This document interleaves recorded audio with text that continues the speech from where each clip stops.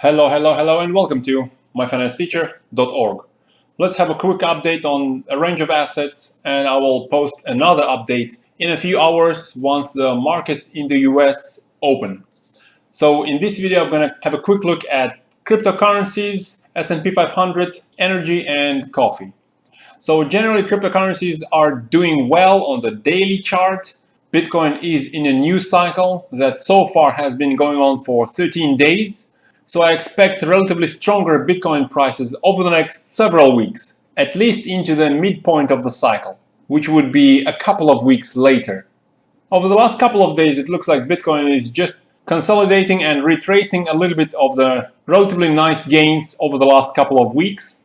And a 38% retracement is pretty likely, which would bring Bitcoin close to $10,680. A 50% retracement is also very likely, which would bring Bitcoin close to $10,530. It also looks like Bitcoin is just cooling down from bumping its head on the 50-day moving average, and there was no requirement for Bitcoin to slice through that 50-day moving average on the first attempt. I think the second attempt will be successful. Looking at the 4-hour chart, last time we mentioned that Bitcoin was in this uptrend channel, and we also mentioned that there was a chance for this head and shoulders formation to play out and bring Bitcoin down to close to $10,600. Clearly, the head and shoulders formation didn't work out, as we've recently seen a higher high on Bitcoin. But in either case, as we suggested, Bitcoin has broken down from this uptrending channel to retest some of the recent gains. The nearest support zone below the current price, as also we mentioned last time, is at this $10,600 based on a couple of recent highs in the first half of September. And as you know, I have a limit buy just above this support zone. We'll see if that will be triggered.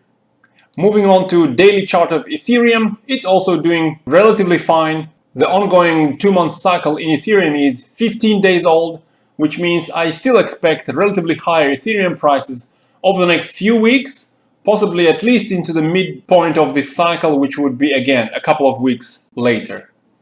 We see that Ethereum also bumped its head on the 50-day moving average a couple of times, and over the last few days Ethereum has been consolidating in this trading range between $350 and $390.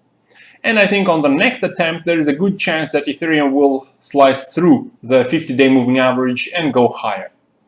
On the 4-hour chart, as we suggested in the previous update, Ethereum was in this horizontal channel, and we mentioned there was a good chance that Ethereum would oscillate back down to the bottom of this channel, somewhere close to $350. And as you know, I also have a limit buy order at $360. I'll have to check if that limit buy has triggered, as the prices might actually vary a little bit from one exchange to another. So if there is any news with the limit buy orders being triggered, I'll update the fictitious portfolio sometime today. Generally, so far, I'm not really scared by this decline in Ethereum. If I see significantly lower lows, then that would be concerning. But for now, I think it's a bit of a consolidation, which will be followed by stronger Ethereum prices over the next couple of weeks. Next, let's have a look at S&P 500. Last time we mentioned a couple of possibilities for the daily cycle, which began at the beginning of July. One possibility was that the daily cycle is still continuing and will finish in the next few days, with another possibility being that the daily cycle did finish at 74 days long on the 11th of September, but as we see, lower low on Friday, and looking at the futures, they're actually lower than the closing price on Friday. It looks like the short-term daily cycle in S&P 500 is still continuing, and as today will be day 84 for this cycle, I think it's going to finish relatively soon over the next several days. There is also a small chance that the upcoming daily cycle low on S&P 500 might also turn out to be the end of the intermediate cycle, as usually these last for half a year, and it's been around half a year since that March low. But given the uncertainty about upcoming elections, I think there is a better chance that this intermediate cycle will stretch a little bit sometime into November, into that election time, giving us a much nicer buying opportunity over the next several weeks, with a small buying opportunity possibly over the next couple of days. So with this volatility over the last few days, I was actually stopped out a couple of times from a small speculative trade on S&P 500. I might try again over the next few days with a really tiny allocation, treating it as play money, but generally a good buying opportunity is likely to come at the end of the ongoing intermediate cycle, which is likely to take place in another few weeks. Next, let's have a look at XLE. The energy ETF has actually been underperforming both versus the crude oil, which is the black line over here, and versus S&P 500. So energy is quite unloved right here, and for that reason I want to start building up positions. Another reason why I took a small, for now, speculative trade in XLE is because there is a small chance this crude oil has already given us the end of the previous intermediate cycle a few days ago in early to mid-September. Although I think there is a better chance that crude oil will drop again and the end of the intermediate cycle will actually take place a couple of weeks later. But again, given the chance that intermediate cycle in crude oil did finish, I want to have at least a small position in XLE, and that's what we did with the previous update. If crude oil continues down, we'll be able to pick up more XLE at lower prices, hence relatively tight stop loss at $32.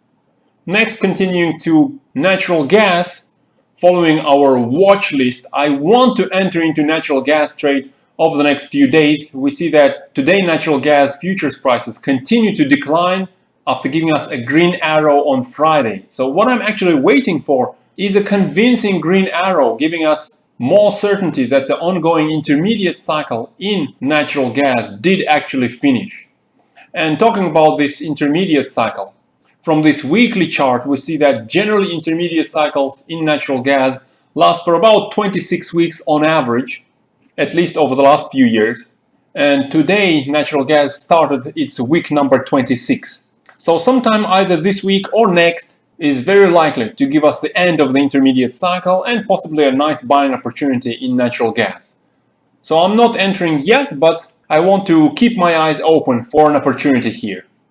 And there is a relatively similar situation with coffee, where I'm actually waiting for a nice buying opportunity. Over the last few days, we see a significant decline in coffee. We see that coffee is at its 200-day moving average at the moment. It's poking through the lower range of the Bollinger Bands. The 14-day RSI is at 34.5. Not into oversold yet, but relatively close to oversold. So I think a bounce is likely relatively soon. But just as I mentioned in my recent update, I don't really want to catch a falling knife. I want to see a green candle with a possibly nice risk-reward ratio. But this bounce might actually be relatively short term, maybe a bounce back up to the 20-day moving average followed by another decline, because the intermediate cycle is now 97 days old and usually these last for 145 days. That was the average over the last few years, although of course sometimes these cycles are short and we might see the end of the cycle over the next few days. But based on the average duration, I think there is a better chance that the upcoming bounce is going to be short-lived, followed by a lower low, which will also give us this head and shoulders formation, with possibly another nice buying opportunity several weeks later. So these are the things I'm looking at the moment. If you have any other interesting ideas, you are more than welcome to share them in the comments. For now, let's wait for the market open and good luck in your trades.